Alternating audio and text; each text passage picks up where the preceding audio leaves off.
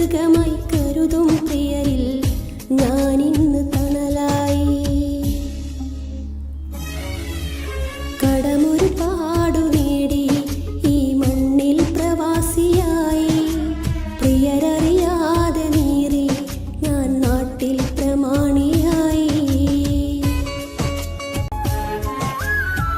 ജനിച്ചെന്റെ 4-ാം മാസം പടച്ചവൻ തലവര എഴുതി. ജനിപ്പിച്ചവർക്കാശ്രയമായി കടൽ താണ്ടി ഞാനിവിടെത്തി.